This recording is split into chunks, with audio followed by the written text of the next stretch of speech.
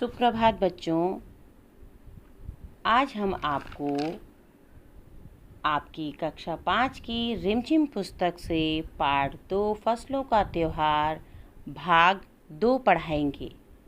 यह पाठ फसलों के त्योहार के बारे में है, जैसा कि हमने इससे पहले वाले भाग में आपको जानकारी दे दी थी कि आप लोगों को पता चला इससे पहले वाले भाग में कि किस किस प्रदेश में किस किस नाम से इस मकर संक्रांति को मनाते हैं और किस तरीके से मनाते हैं। और इससे आगे आइए शुरू करते हैं।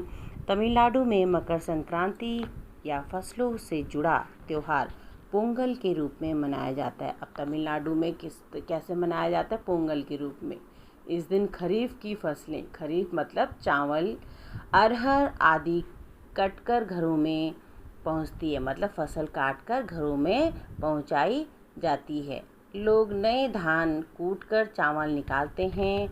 हर घर में मिट्टी का एक नया मटका लाया जाता है, जिसमें नए चावल, दूध और गुड़ डालकर उसे पकाने के लिए धूप में रख देते हैं।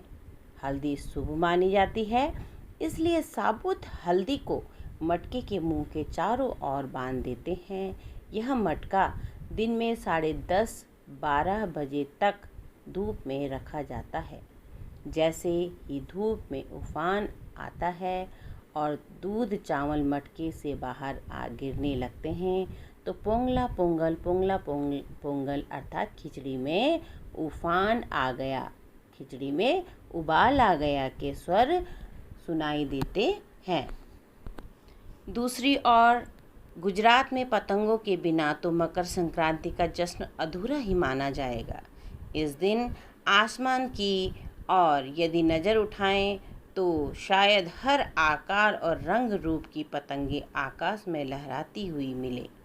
प्रत्येक गुजराती, चाहे वह किसी भी धर्म जाति की हो या आयु का हो, पतंग उड़ाता है।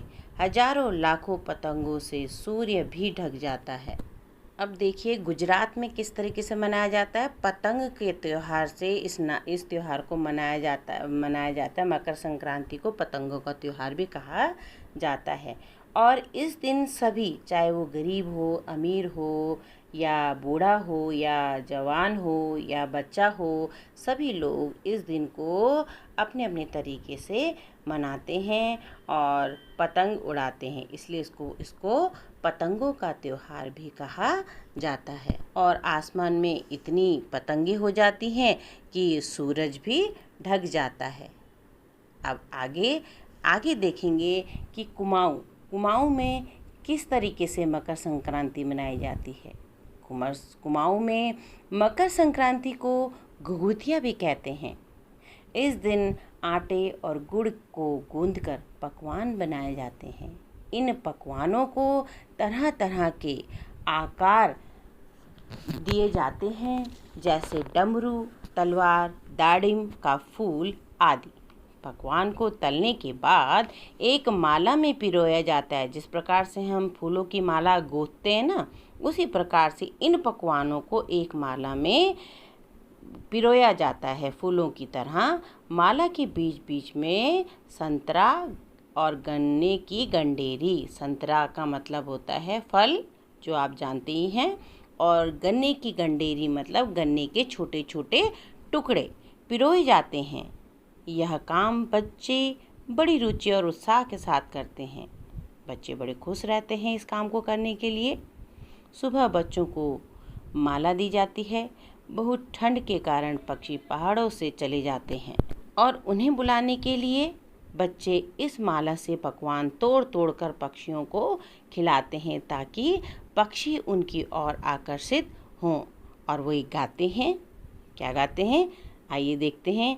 कौवा आओ घुघुत आओ, ले कौवा बड़ो, माँ कह दे जा सोने का घड़ो, खा ले पूरी, माँ कह दे जा सोने की छुरी।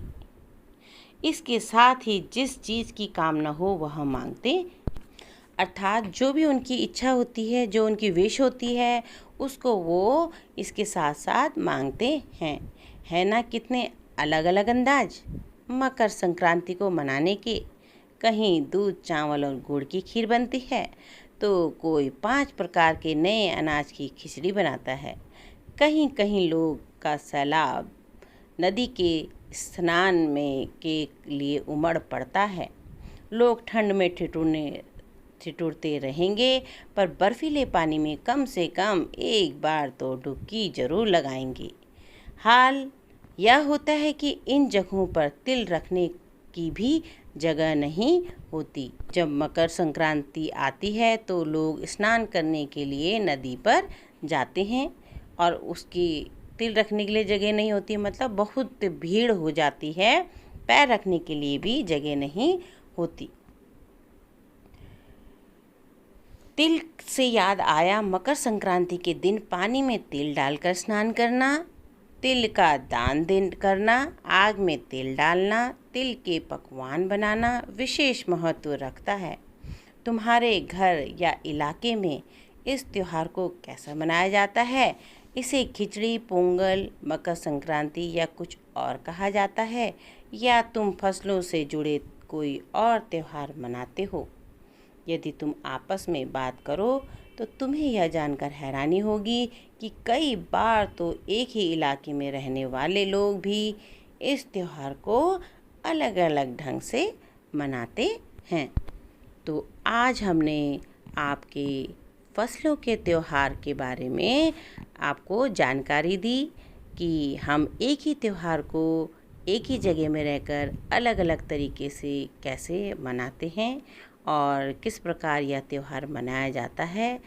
तो आज हमने इस पाठ में फसलों के त्योहार के बारे में पढ़ा और समझा। धन्यवाद।